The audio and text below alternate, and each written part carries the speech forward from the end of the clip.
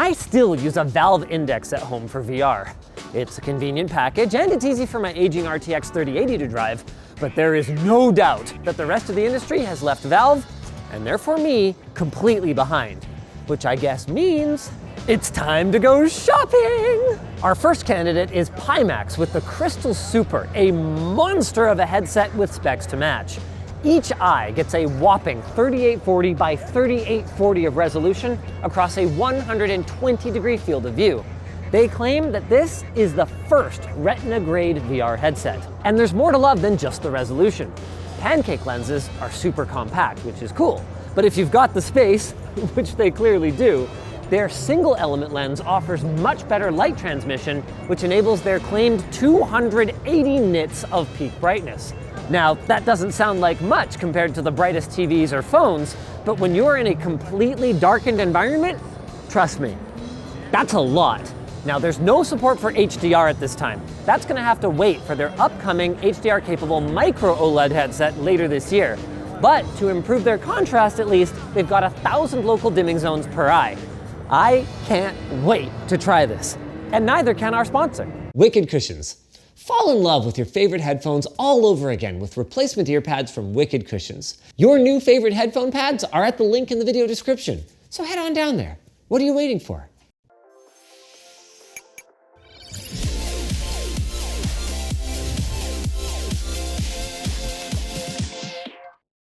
The head strap is thoughtfully designed, and once you've got the rear and top dials adjusted, should be really quick to jump in and out of. Apple, you could stand to take some notes here. It's got integrated speakers and a microphone, built-in eye tracking, and automatic IPD adjustment. So you just throw it on and, oh, wait, you might actually want to decide if you prefer a foam or a silicone-style gasket. This one's actually for their older headset, but is just for illustrative purposes. Time to jump in. Hold on a second, let me just check. Wow. You know, I was trying to use my hack where I can kind of like peek through the bottom of the headset to see my teleprompter or whatever. I cannot. I have no idea what my notes say. Comment on comfort. Oh yeah, pretty good. Personally, if I was to design it, I would probably make this piece of foam at the back a little more curved. You can see it kind of sits up off of my skull. I do have a smaller head. I wear a small size motorcycle helmet, so your mileage may vary, but I do get a bit of a pressure point on the back of the head.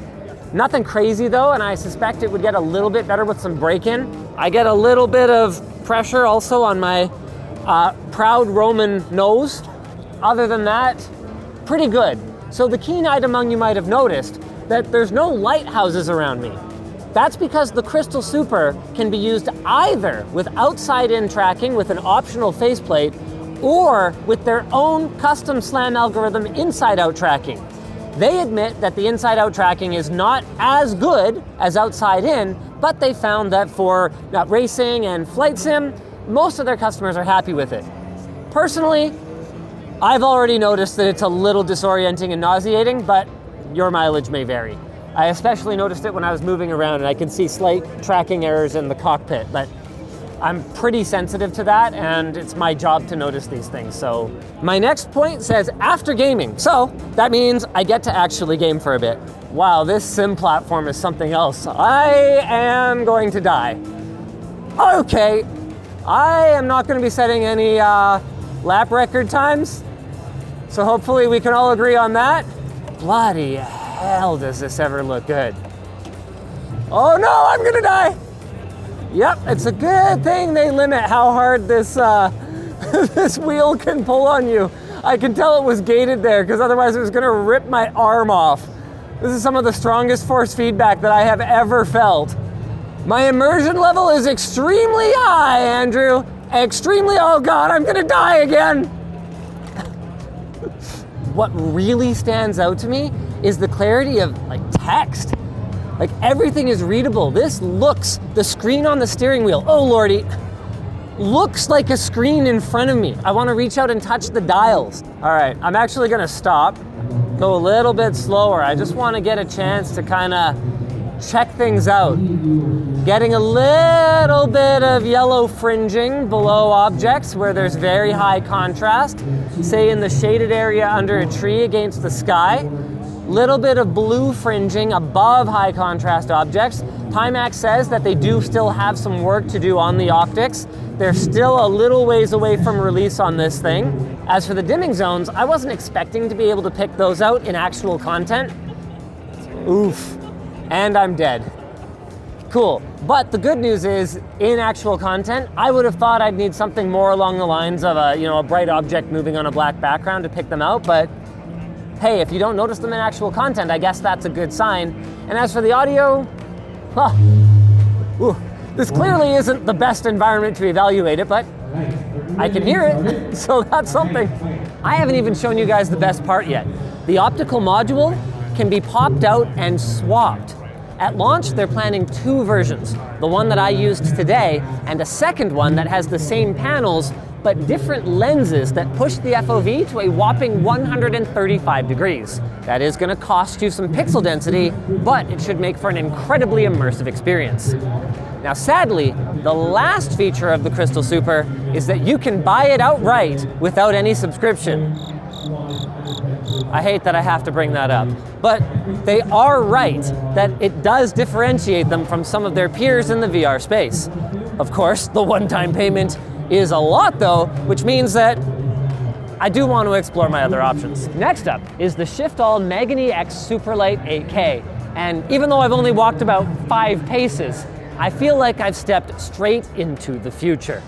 Like the big screen Beyond, which my bearded doppelganger checked out about a year ago, it's an ultralight, goggle-style headset that's aimed squarely at Steam VR users who are desperate for an upgrade to their aging Vives and indexes. So you've got out-of-the-box support for Vive wands and Knuckles controllers, as well as outside-in lighthouse tracking, but unlike the Beyond, the MeganeX 8K is packed with features.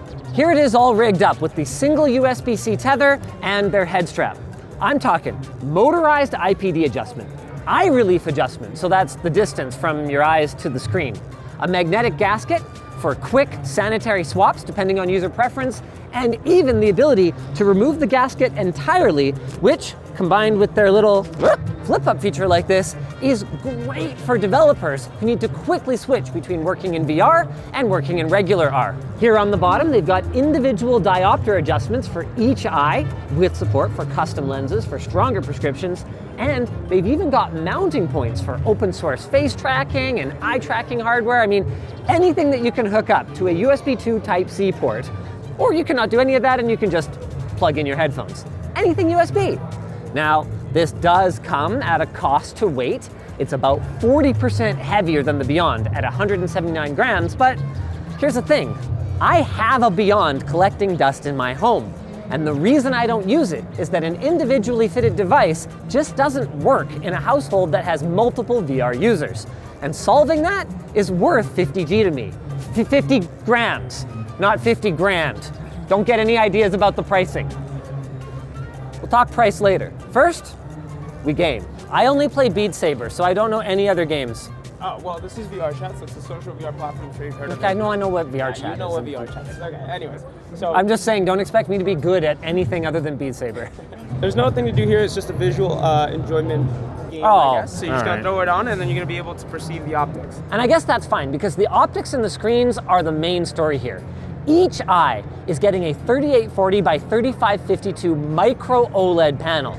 That means the same inky blacks and incredible contrast that you would get from an OLED anywhere. And because of the resolution, wow, is it ever sharp. I don't know if it quite matches the sharpness of the micro LED we just looked at, but it's also an apples to oranges comparison, and your micro OLED here through a pancake lens is not going to be quite as bright as what we just looked at, and contrast can have a surprising impact on the perceived sharpness of an image. Now, on the subject of pancake lenses, just like the big screen Beyond, I do notice a little bit of internal reflections. There's no way you're going to get away from that with a pancake, but to my eye, it seems like they might have improved it a little bit. Is there anywhere where I can look at an even brighter object? Or are these lanterns the best I'm going to get? Probably the fire? I mean, that makes sense. It's easiest to notice when you have a point light source, because the reflections are only really visible against dark backgrounds. So this is a fairly favorable environment for them. I do pick them up though. There are 2 more compromises I see. One is that we're still limited to 90 Hertz, just like older generation headsets. But after seeing this demo, and the last one for that matter, I can understand why the headset manufacturers are pushing resolution rather than refresh rate. This really does improve my immersiveness more than a little bit more smoothness would, and until we've got DisplayPort 2.1 UHBR20, we're not going to be able to have both. The other one is field of view. They're not quoting anything, and I can kind of see why. It's not the widest, most immersive headset that I've ever used, but that doesn't change the fact that it's incredibly light and looks incredible. However, I'm not ready to switch yet. See, the other big reason that I went running back to my Index was the clunky process for getting the Beyond wired up to play. And I'm gonna be dealing with much the same thing here. Headset, headphones, cable management, every time. They are planning an audio strap like the one for the big screen Beyond, but it's not coming until later as an accessory, which adds cost to an already pricey headset. But hey, even if their headset's out of reach, Shiftall has something else that might catch your eye.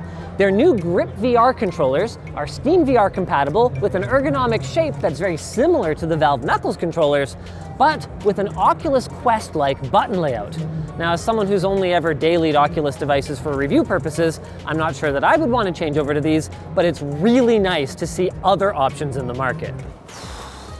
I don't know which one to choose, but what I do know is it's an exciting time to be a VR enthusiast again.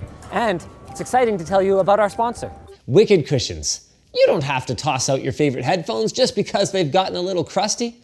Wicked Cushions replacement ear pads will bring your headphones back to life. You can choose from ultra comfortable memory foam or dual layer cooling gel to get you through even the most intense gaming sessions. But they're not just for old headphones. You can add that extra pizzazz to your new phones. With more than a dozen cool styles and multiple finishes to choose from, you're sure to find the perfect set for you at the link in the video description. If you guys enjoyed this video, maybe go check out the review of the Big Screen Beyond.